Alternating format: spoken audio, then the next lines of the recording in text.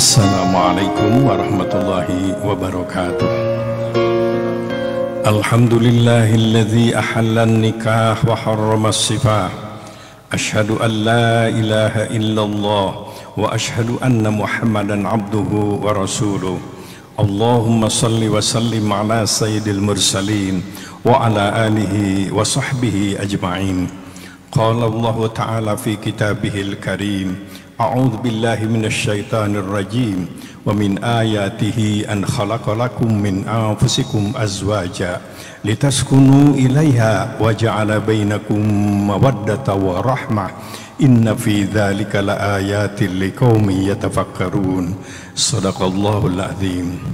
Ananda calon mempelai berdua, pagi ini adalah pagi yang bersejarah bagi kalian berdua.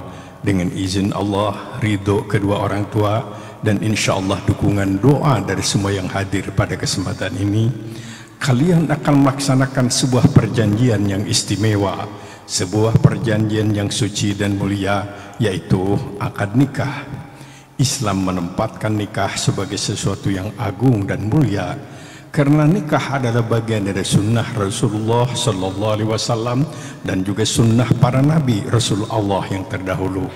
Nabi sendiri menyatakan nikah menjadi penyelamat separuh iman. Bagi mereka yang telah nikah baru tinggal menyelamatkan separuh sisanya. Bagi kita sebagai muslim, nikah adalah bagian dari ibadah kita kepada Allah. Laksanakanlah oleh kalian pernikahan ini dengan penuh keikhlasan, semata-mata mengharap ridho Allah Subhanahu wa Ta'ala.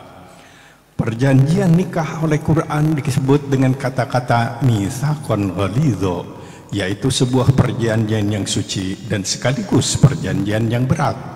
Nikah dalam Islam tidak hanya menghalalkan perbuatan yang semula haram, tapi nikah juga bisa mengharamkan sejumlah perbuatan yang semula halal. Di satu sisi, nikah dapat melahirkan sejumlah kebebasan yang tidak kita peroleh sebelum akad nikah, tapi dalam waktu yang sama, nikah pun melahirkan sejumlah keterikatan dan keterbatasan. Nikah dapat melahirkan sejumlah hak. Kita punya hak-hak tertentu dari istri atau suami kita, tapi juga jangan lupa melahirkan sejumlah kewajiban.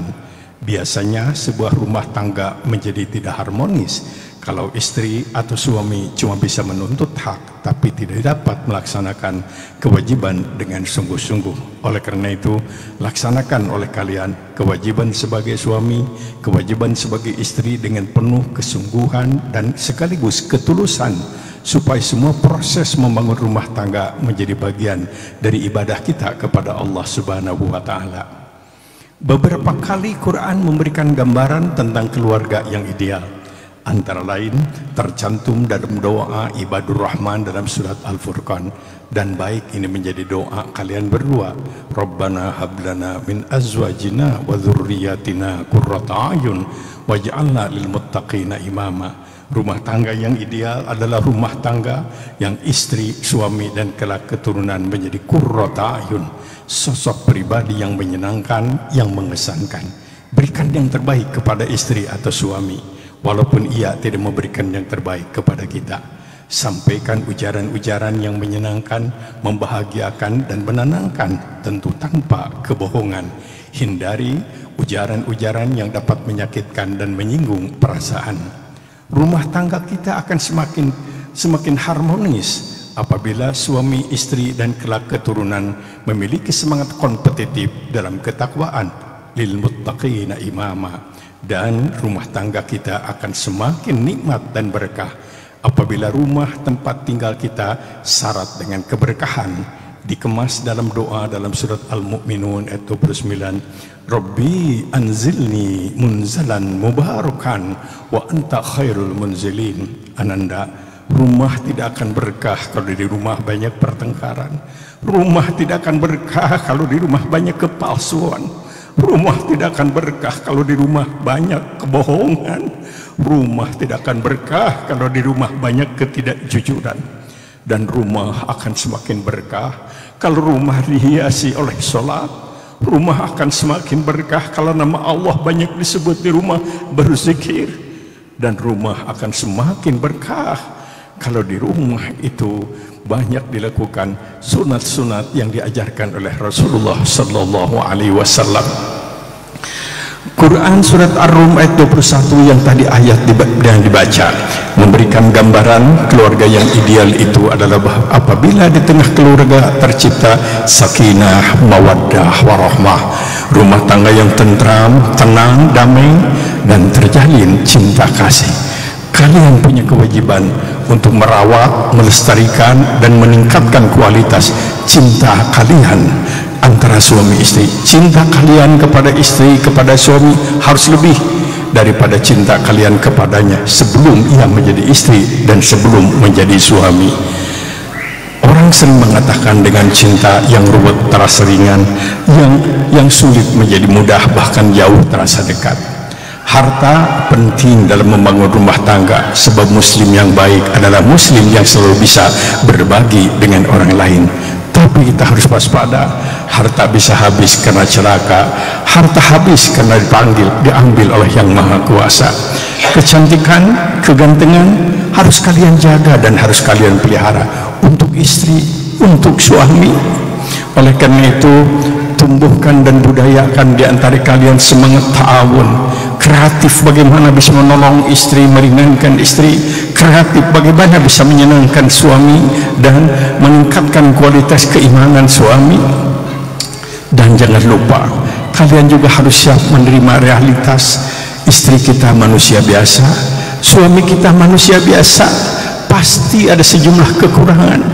Kita yakin istri kita tidak akan sesoleh Siti Khadijah, suami kita tidak akan sesoleh Ali bin Abi Thalib.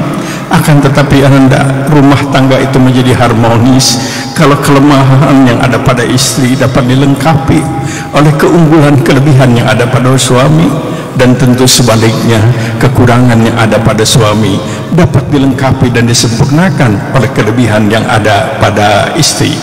Jangan suka mengingat-ingat kesalahan istri atau suami kepada kita. Kita menjadi capek sendiri, tapi jangan lupa jasa dan kebaikan istri atau suami kepada kita supaya kita bertambah cinta. Jangan suka mengingat-ingat kebaikan dan jasa kita kepada istri atau suami, apalagi menceritakannya nanti menjadi riya, musyrik kecil. Rasulullah sallallahu alaihi wasallam berpesan,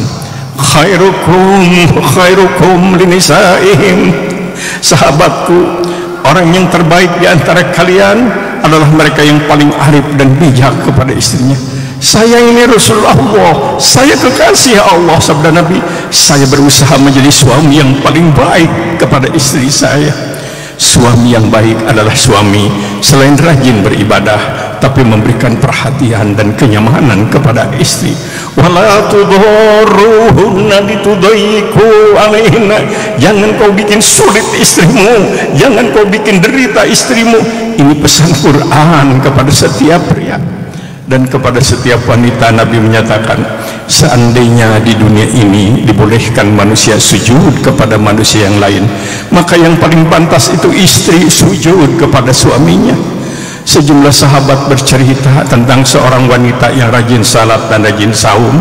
Ketika disebut nama dan alamatnya, Nabi memberikan komen. Beliau menyatakan, kalau kalian ingin tahu contoh wanita yang haram masuk surga, inilah contohnya. Ya Rasulullah, dia rajin sholat, dia rajin saum, kenapa dia haram masuk surga? Nabi menjawab, saya tahu dia rajin sholat, rajin saum, tapi saya tahu betul dia adalah wanita yang tidak loyal dan tidak setia kepada suami. Dia adalah wanita yang banyak bohong dan mengkhianati suami. Ananda, keselamatan seorang wanita tidak hanya ditentukan oleh rajin sholat, ingat, tapi ditentukan oleh sikap kesehariannya kepada suaminya.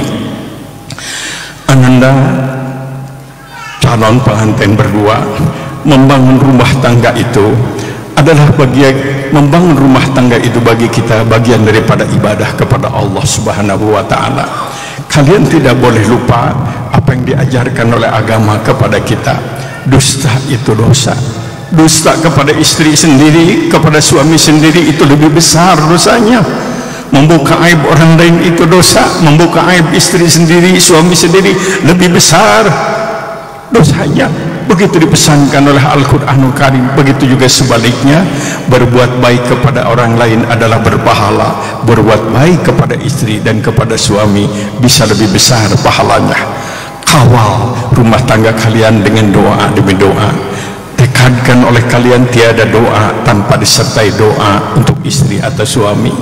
Ketika kalian bersimpuh di atas sajadah sebelum sholat atau sesudah sholat, kalian memohon sesuatu, sertakan permohonan kebaikan itu untuk istri atau suami. Ketika kalian memohon ampun kepada Allah, sertakan permohonan ampun untuk istri atau suami. Nyatakan kepada Allah, ya Allah, seandainya Engkau berkenan mengampuni dosa kami, maka istriku, suamiku lebih berhak untuk menerima ampunan darimu. Seandainya Engkau berkenan memasukkan aku ke surgamu, istriku, suamiku lebih pantas memasuki surgamu. Begitu dan seterusnya. Doa adalah senjata ampuh untuk seorang mukmin, terutama suami untuk istri dan istri untuk suami. Namun demikian ananda, rumah tangga adalah bagian dari kehidupan duniawi yang serba fana. Kehidupan duniawi tidak hanya diwarnai oleh senyum, gembira dan gelak ketawa. Jalan yang tidak kita lalui sering-sering tidak indah, tidak rata, tidak sesuai dengan harapan.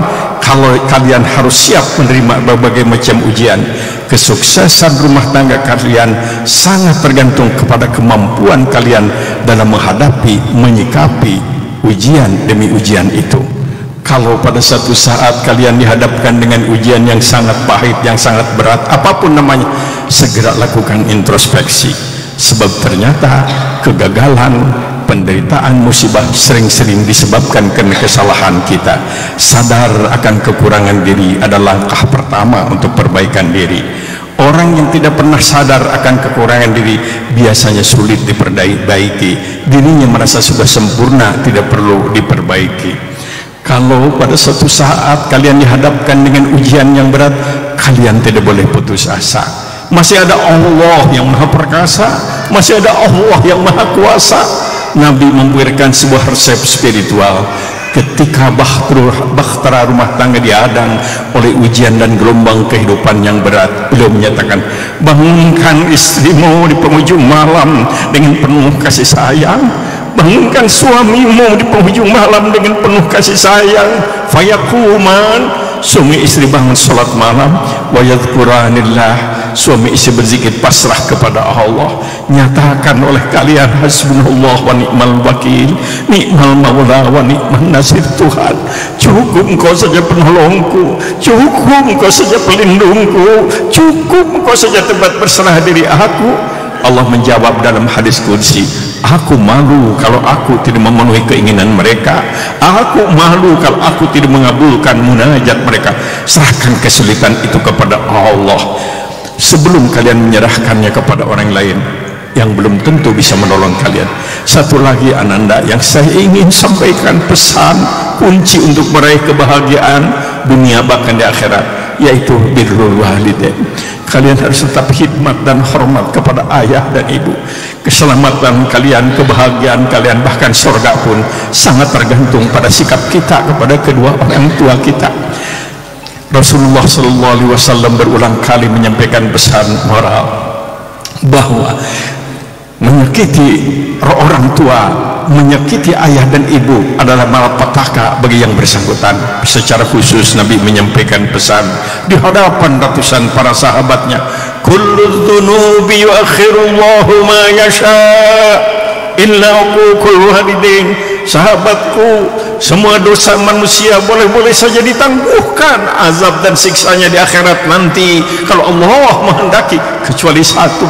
Dosa yang satu itu azabnya akan kontan diturunkan di dunia sekarang. Dosa yang satu itu ananda, uququl walidain, menyakiti ayah dan ibu.